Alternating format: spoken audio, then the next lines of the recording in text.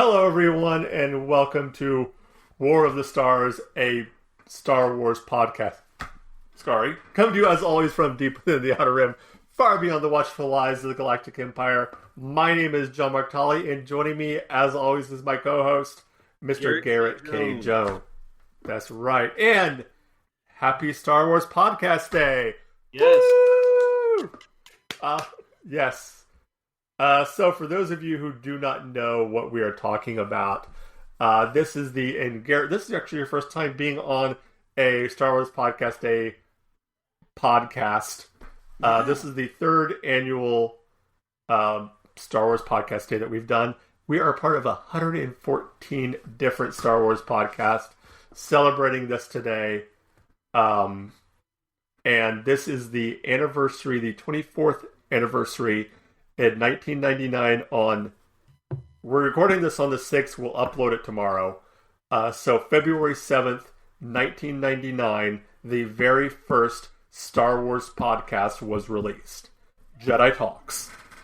And that's what we're celebrating it. Oh my gosh. And you know what's funny is that I think that podcast came out just a couple months after they had the initial run for the teaser trailer of Phantom Menace. Probably, yeah, that would probably be around the same time.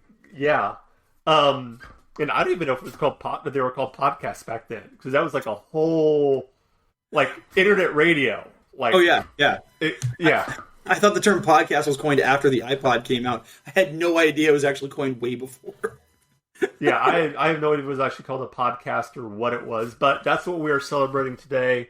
As I said, we are part of 114 different podcasts are going to be doing this today and tomorrow, in the next couple of days to celebrate this. So, and we are honored to be the third podcast to be a part of this. We're invited, which is always cool when someone says, hey, would you like to be a part of this? Remember the first year we did it, they kind of asked if anybody would be interested, and we said yes. And then the next couple of years, it's been repeat invite, and we're hoping to do it again next year. But because we're doing this show for Star Wars Podcast Day, we're going to be taking a little bit of a break from our normal look at the Bad Batch review and kind of talk about something a little bit different. Something I think is going to be kind of a fun little discussion, that is, what lessons can we take from Star Wars? And I'm going to start off because I think there's the obvious ones. But I'm going to start with one that may or may not be that obvious, and that is no one is beyond redemption. I think that is a big one. You look at the story of Vader, and then you look at, Kylo Ren is a good... I mean, if that's the one thing that I think that they got right, to some extent in Rise of Skywalker, was maybe not how they did the redemption of Kylo, but the fact that Kylo was redeemed. Yes. Because everyone says, well, Kylo can't be redeemed. Kylo can't be redeemed. Yes, because Vader was. And I completely agree, yes. Kylo was totally redeemed. Rian Johnson, on the other hand, has not been. That's just a different story. There's my Rian Johnson jab for the week. No, you're absolutely right. That is a big one. There's a huge theme of redemption throughout. I mean, you look at even just Luke in the original trilogy. While he goes through the process of redeeming his father, he also has issues with redemption, because by the end of it, Empire Strikes Back, he feels like he has failed, and Return of the Jedi is his opportunity to redeem himself in the way that he operates as a Jedi. Yeah. Now you could look at a character like Palpatine. It's like, well, what about Palpatine? Was Palpatine redeemable? I think, and you can kind of maybe talk to this a little bit more as a writer, but if you look at it from a religious analogy, Palpatine was Satan. He was that person who he's irredeemable because of who he is and what he represents. Well, I think as just as just a character, as a flawed human being who chose to go the route he went, he doesn't look at what he was doing as evil, even though objectively it is. But from a character perspective, I think he is redeemable. He just chooses not to be, and therein lies one of the points that I make is that everything comes down to choice. And we're kind of talking about something a little bit more philosophical here with the nature of causality versus free will. But the thing I garner from it is that every one of these characters, especially the fallen characters like Vader, like Palpatine, like Kylo, like Maul, they all have a choice at some point. There is a point where they have to decide, is this really the path I want to go down, or is there another way? Is there a way to come back from this? Luke obviously sees that while he's fighting Vader because he's going full bore, trying to just hack down Vader out of all this spite and this rage that's been bubbling up for 25 years. And this is the guy that cut off his own hand, and it's just like he's like, but then he stops because he's inflicted the same injury on his own father that Vader did to him, and he comes to that point of realization of, holy cow, I have a choice in this, and he chooses to set down his weapon, and that's the spark that is needed to prompt the redemption that Vader needed. Yeah, that's wow, that's really good. What about you? What's a lesson that you think we can learn?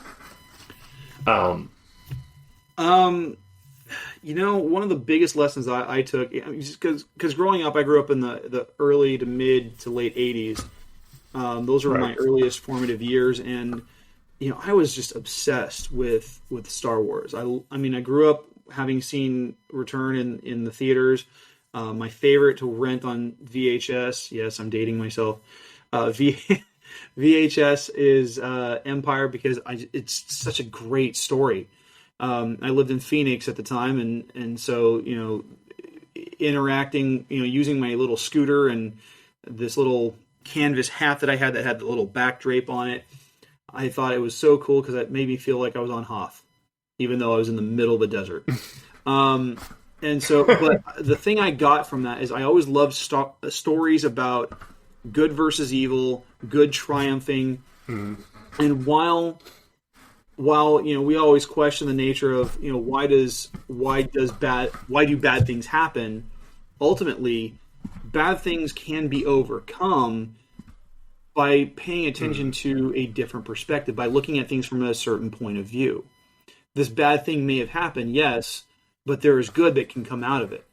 So, like looking through the entire Star Wars canon, at least through the Skywalker saga, as episodes 1 through 9 are referred to, bad things happen throughout that series, but good things still come out of it. So, like the bad thing is that Anakin has to leave his mom. The good thing that comes out of it is that he saves billions, if not trillions, of lives as a Jedi. And you see that his heart is in the right place, even if it goes in the wrong direction for a time. And out of that comes an opportunity for redemption. So bad things happen, but good can overcome that. You just need people with the right motivations to do that. But yeah, that's one of the biggest lessons I always took away from that. And that's one of the things that as a writer I try to put into my books, that even if bad things happen, there is some good that can come from it. Yeah. One for me, this is a big one I think that you really see in the prequel series, which is and Yoda put it succinctly when he made the comment of fear leads to hate leads to fear leads to anger leads to hate leads to suffering, is how destructive fear can be if you don't get control of it. Yeah. And like I think that's the thing that people kind of I think misunderstood about the Jedi is not that Jedi don't get afraid, but they don't let that fear rule over them. And I think that's the big lesson is what can happen when you let fear rule over you. And how that can lead to down such a destructive path. I mean, and you see it even in real life. You see what happens when you let, whether that be in mass groups or individuals, when you let fear rule you. Mm-hmm. I've just got done listening to a podcast on the Second World War, and about how a certain Austrian art major, who shall remain nameless because I don't want to get demonetized, how he let his fear in. Yes, love it. So he let his, but how he let fear rule him. His fear of rejection, his fear of inadequacies, and that fear led to anger, and that anger led to hate. And as a result, the world went to war. And millions upon millions of people died. You can see that, throughout history. And through most megalomania, rulers who came to power, it started with fear. Most of them were scared little men who didn't know how to deal with that fear that they were feeling and didn't know how to overcome it the right way, and as a result, people suffered. They suffered, and then other people suffered. Yeah, I agree with you there. And fear and anger are both driving emotions. Like in healthy doses, they can actually generate some really good things. Like fear, in a healthy sense, tells you, "Hey, there is something wrong here. There's something dangerous. We need to get away from that." Yeah. It gives you something to. It gives you this warning that whatever direction we're going towards, it's probably not the healthiest one for us. And when we don't listen to that that initial sense, we're going to find ourselves facing some kind of turmoil or destruction or whatever that is. But if we stay in that fear, if we let it control us, then it kind of consumes us, and then we become paranoid and all the other things that go on. Things that that we've encountered just in the last few years, where people let their fear rule them. Anger is kind of on the flip side of that coin, where you have, because it's a driving emotion. Anger is good in healthy doses. Like a healthy anger lets you know that something wrong has taken place, that an injustice has occurred, and it's prompting you to do something about it. But how you operate in that anger, that's where things can go wrong. In fact, I was watching Coming to America, and it's just the original, not the sequel that came out just a couple years ago, but there's this conversation that Eddie Murphy has with the girl that he's pursuing romantically, and she gets upset because her father and her boyfriend have kind of planned this like engagement party that she really doesn't want to have anything to do with, because she's kind of like on it, like 1 foot out the door with that relationship. And so she's talking to him. He's working the party and a whole mess of things. But they have a sit down moment, just the two of them, and she apologizes for showing her anger. And he's like, no. Anger is a good thing. What you do with that's where you can go wrong.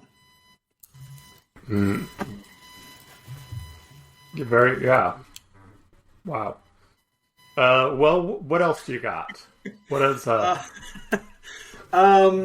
gosh. There's so many life lessons. A lot of them are really philosophical and really heavy, and I'm trying. I want to sway more towards something a little bit lighter. I think one of the biggest lessons is that I learned is that embrace those things that you love. I mean, there's a reason why Star Wars has been as popular as it has been for almost 5 decades. I mean, Yes. It came out in 77. We're 4 years away from the 50th anniversary of A New Hope. Don't remind me. Don't remind me. I'm as old as the saga. Do not remind me that I'll be 50 in 4 years. No. Just stop. Sorry. I don't need that. Sorry. That's why I'm growing my hair out. Hey, you got hair to grow out, man. I'm old. But no, but seriously, like, there's a reason why it's been so popular is because people have a love for this material. People love it so much that they are willing to embrace it. I mean, growing up, I was the geek, I was the nerd, I was the outsider because I love Star Wars. Now, people liked Star Wars in my age group, but they didn't go all in. They weren't reading the books. They weren't collecting the figures. Right. They weren't looking at the comic books and the graphic novels. They didn't care that much about it. But then the prequels hit, and it started building more steam again for a whole new generation of audiences. And what was really fun about that is I was in my junior year of high school when Phantom Menace came out, and I went from being like the complete nerd nobody in my friend group to being like the guy who knows all the stuff. Yeah. And so like all this new content is coming out, and people are like, "Okay, Garrett, let's talk." And so that kind of became a trend for me over the last few years, and it allowed me to feel a little bit more comfortable as who I was and the things I enjoyed. And because of that knowledge, I'm able to apply that as a storyteller. And I'm able to carry because some of the lessons, some of the plot points that happen are universal. Yeah. Yeah. Well, one for me, and I think this is one of the big ones, because we see it, said in Empire Strikes Back, again, from the Master of Wisdom himself, Master Yoda, size matters not. And I think this, especially for kids, this is a big one. And this is one that I tried to talk to when I was talking with Lily. In our last episode we did of Star Wars Through the Eyes of a Child, we watched the episode where the Yoda... it's the very first episode of Clone Wars if you're watching it in release order. Yeah. And it's the one where Yoda takes the group of clones to Troideria, and they have the contest, if you will, where Yoda has to take his group of like 4 clones through this whole planet, and the Separatists trying to stop him. But I think it's not just about, and you see that idea throughout the saga, and not just in a small person like Yoda being doing these amazing things, but you see it in the Rebels versus small groups, Rebels versus the Empire, the Alliance versus the First Order, Luke versus Vader, where it's a person who looks insignificant on the outside being able to do these amazing things. Yeah. Because he has faith. Because he thinks, he believes he can. And that goes back to what I was talking about with like universal storytelling, is that we love underdog stories. I mean, that's why they do so well. You look at most of your sports movies, and most of them, it doesn't matter if it's Rocky, it doesn't matter if it's the Mighty Ducks, it doesn't matter if it's Rudy, it doesn't matter if it's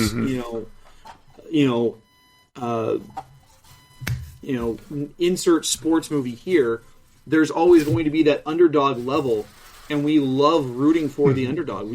That's kind of the American ideal. America was the underdog of the globe, 300 years ago, give or take, and we fought the biggest empire in the world at the time, and we won. Right. We gained our independence. Now, it was hard. It was difficult.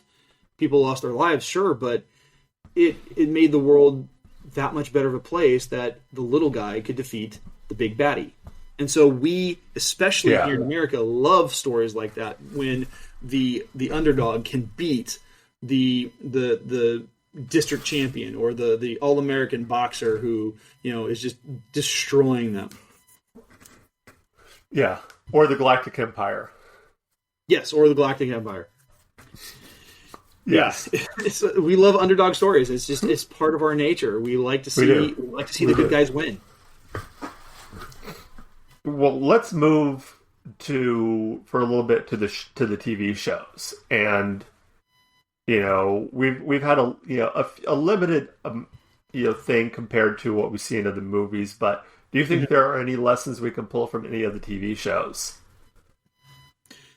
Since the TV shows are a relatively new venture for Lucasfilm, there are some good lessons. I think the one that I would probably draw from the most would have to be Mandalorian, just because there's a ton of content for Clone Wars, but the lessons are kind of all over the place with that series, because there's just so much of the content there. And I think a lot of the lessons tie into the movies too.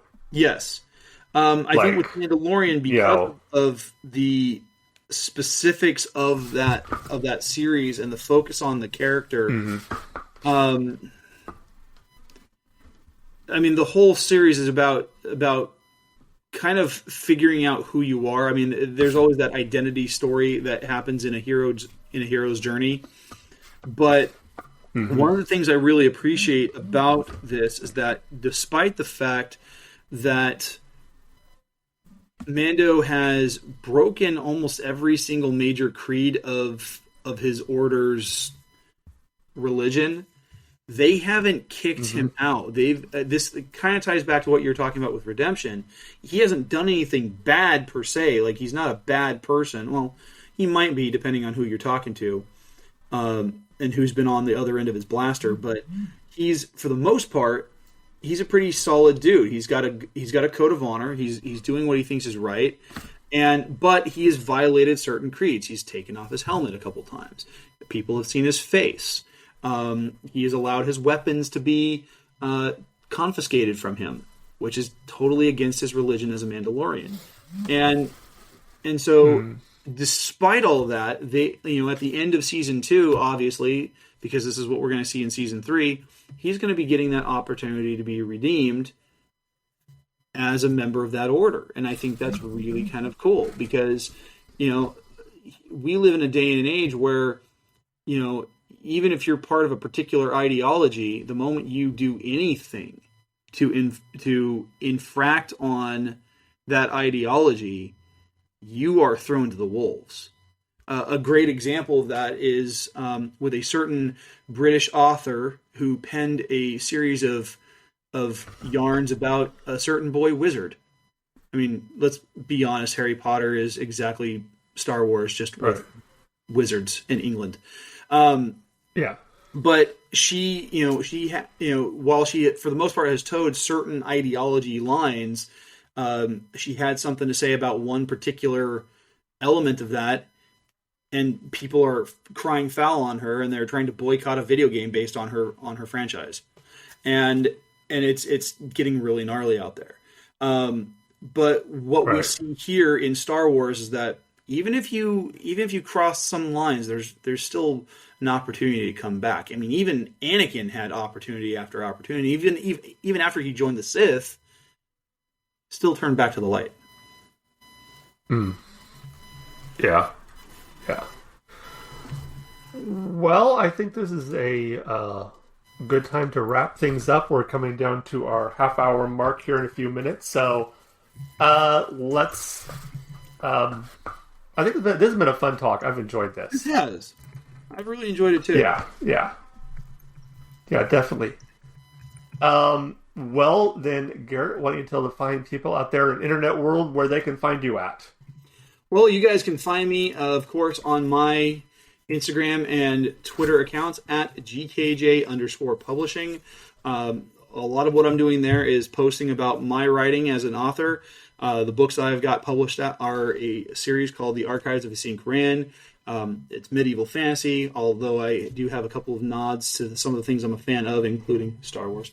But then I just had book 5 come out last Friday, and I'll start posting links once it's completely finalized. And then I also do a YouTube channel called, the show is called The Right Way.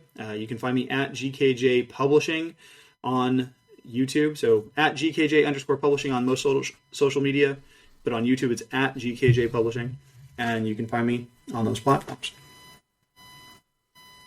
All right. As for us right here, of course, the best way to get hold of us is through our email. That is warofthestars1@gmail.com. You can also get us on Twitter. Just search us again, War of the Stars 1, at War of the Stars 1, I should say.